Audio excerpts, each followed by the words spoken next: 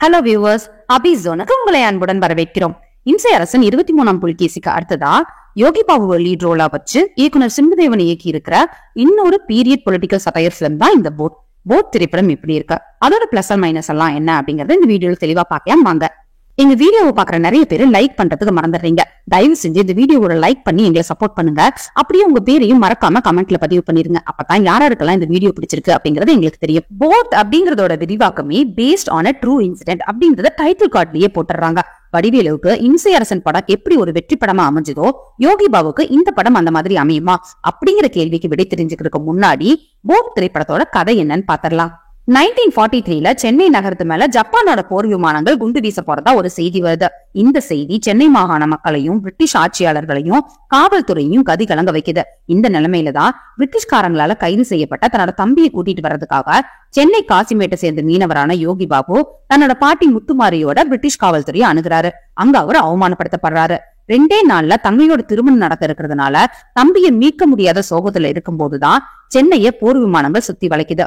உயிரை காப்பாத்திக்கிறதுக்காக மீனவர் குமரனா நடிச்சிருக்கிற யோகி பாபு அவரோட பாட்டி இன்னும் சிலரை கூட்டிட்டு அவரோட படகுல ஏறி குண்டு விழாத பகுதியான நடுக்கடலுக்கு போறதுக்கு முயற்சி பண்றாரு. இவங்களோடவே முதியவர் நாராயணனா நடிச்சிருக்கிற சின்னி ஜெயந்த், அவரோட மகள் லக்ஷ்மியா நடிச்சிருக்கிற கௌரி ஜி கிஷன், கர்ப்பிணியான விஜயாவா நடிச்சிருக்கிற மதுமிதா, அவரோட மகனான மகேஷ் அப்படிங்கிற அக்ஷத், நூலகரான முத்தையா அப்படிங்கிற MS பாஸ்கர், எழுத்தாளர் ராஜாவா ஷாராவும், வியாபாரி சேட்டா சாம்சும் படகுல ஏறி நடுக்கடலுக்கு போறாங்க. இவங்களோட இந்த படகு பயணத்துல பல பிரச்சனைகள் தலையெடுக்குது. அதையெல்லாம் படகுல இருக்கிறவங்க எப்படி சமாளிச்சாங்க? குமரனுடைய தங்கை கல்யாணம் என்ன ஆச்சு? தன்னோட தம்பியை குமரன் மீட்டாரா இல்லையா? இது மாதிரியான கேள்விகளுக்கு எல்லாம் பதில் சொல்லி இருக்கு சிம்புதேவனுடைய போட்.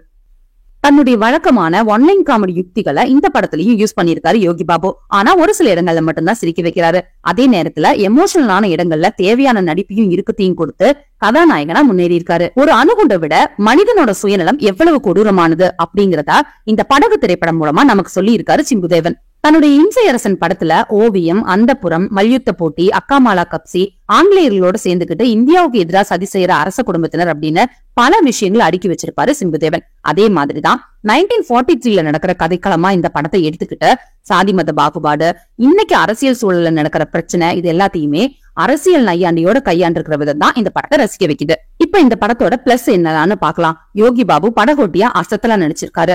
அவரை தொடர்ந்து நூலகரா நடிச்சிருக்கிற MS பாஸ்கரும் ஸ்கோர் பண்ணிருக்காரு. சாம்ஸ், ஷாரா, ஆங்கிலேய அதிகாரியா நடிச்சிருக்கிற ஜெஸ்லி, சின்னி ஜெயந்த், மதுமிதா, அப்புறம் லீலா அப்படின்னு ஒவ்வொரு கதாபாத்திரத்துக்கும் ஆழமான பின்கதையை அமைச்சதும் அவங்களுக்கு எழுதப்பட்ட வசனங்களும் தான் இந்த படத்தோட மிகப்பெரிய பலமே. சுத்தியிலும் கடல், ஒரே ஒரு படகு, அதுல 10 மனுஷங்க. இந்த கதைக்களம் போரடிக்காம இருக்கிற அளவுக்கு ஜிப்ரான் தன்னோட பின்னணி இசையால முடிஞ்ச அளவு கை கொடுத்திருக்காரு. நீல கடலையும் இயற்கை அழகையும் மனிதர்களோட வெறுப்புணர்வையும் படம் பிடிச்சு காட்டின விதத்துல ஒளிப்பதிவாளர் மாதேஷ் மாணிக்கம் பாராட்டு பெறாரு. இப்ப இந்த படத்தோட மைனஸ் என்னலான்னு பாக்கலாம். லைஃப் ஆஃப் 5 படத்தை மாதிரியே படகு சுத்தியே படம் நகர்றதுனால காட்சிகளை விட வசனங்கள் தான் படத்தை தாங்கி பிடிக்குது.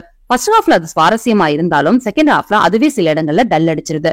இருந்தாலும் படத்தை முடிஞ்ச அளவுக்கு சுவாரஸ்யமா கொண்டு போய் தீவிரவாதி யார் அப்படிங்கிற ட்விஸ்ட் வச்சதுலயும் படகுல இருந்தவங்க என்ன ஆனாங்க அப்படிங்கிற பரபரப்பை கொடுத்த விதத்திலையும் இந்த போட் பாராட்டுகளை பெறுது. யோகி பாபுக்கு இந்த படம் இம்சை அரசன் மாதிரியான ஒரு வெற்றி படமா? இந்த கேள்வி என்ன கேட்டீங்கன்னா எனக்கு இதுக்கான பதில் தெரியல. நீங்க இந்த படத்தை பார்த்துட்டு வந்து மறக்காம இதோட பதில எனக்கு கமெண்ட்ல சொல்லுங்க. மீண்டும் அடுத்த விமர்சனத்தில் சந்திக்கும் வரை நன்றி, வணக்கம்.